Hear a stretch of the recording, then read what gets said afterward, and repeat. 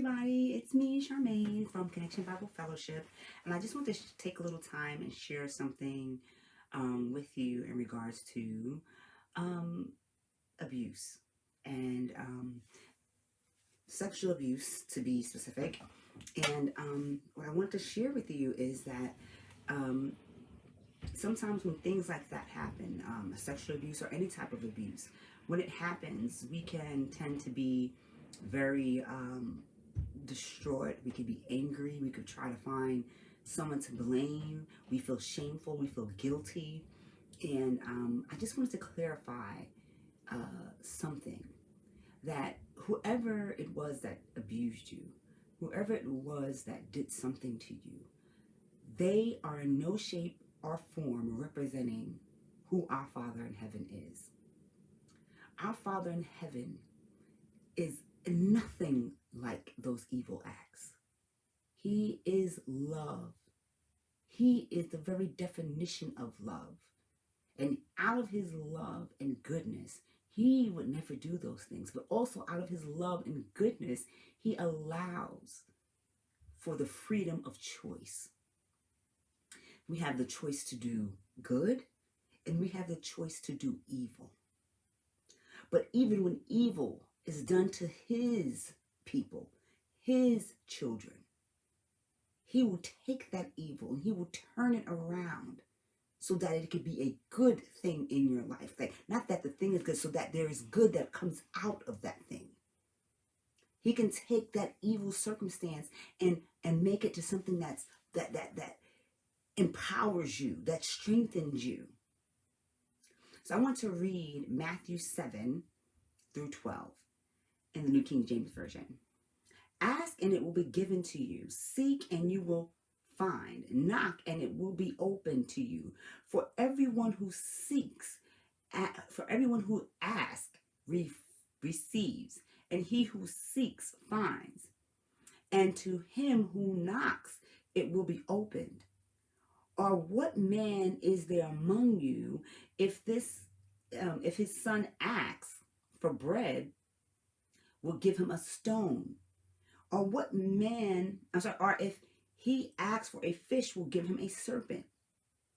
If you then, being evil, know how to give good gifts to your children, how much more will your Father who is in heaven give things to those who ask him? Therefore, whatever you want men to do to you, do also to them, for this is the law and the prophets.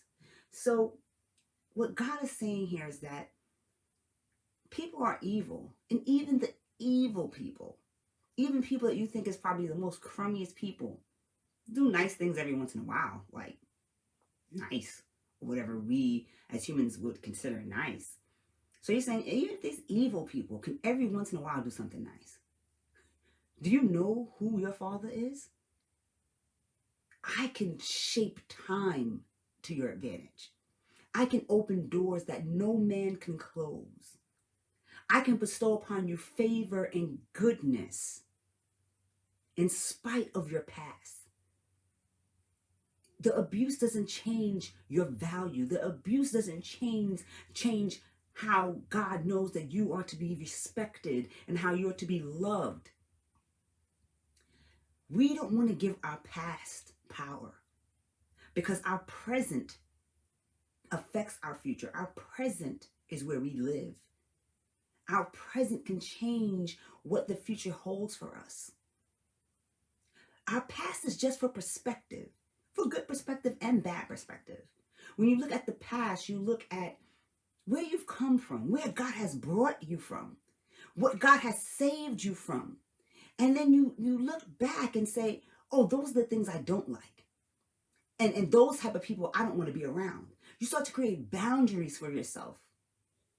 And God is about boundaries. God is a God of boundaries. So I hope no one out there thinks that you have to sacrifice yourself and be a martyr in order to be a Christian, or in order to be a believer in God. No, that's unhealthy. And he does not want us to live unhealthy. He wants us to live that abundant life that he promised us. So let us think about that.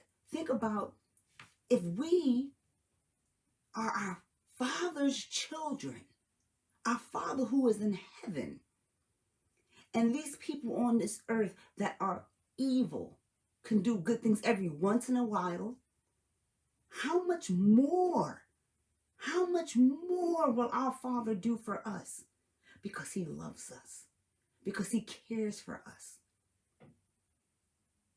because he has thoughts towards us, not for evil, but for good, not for an end, but for a hope in the future. Remember who your Father is in times of trouble, in times of chaos, in times when your past starts to creep up on you and you think that you are your past. Remember who your Father is. Remember who you belong to. You are never alone, and your past does not define you. You are defined by your Father, who sees you, sees the best in you. Even when people see the worst in you, or people try to bring up your past against you, your Father doesn't see your past. He sees you. He sees your heart. He sees how much you're hurting. And he loves you. And he pours out that love. So be encouraged, my friend. Be encouraged that our Father in heaven is greater and better than any earthly father. Never forget that. I love you. Until next time, be blessed, be encouraged, be empowered by the word of God.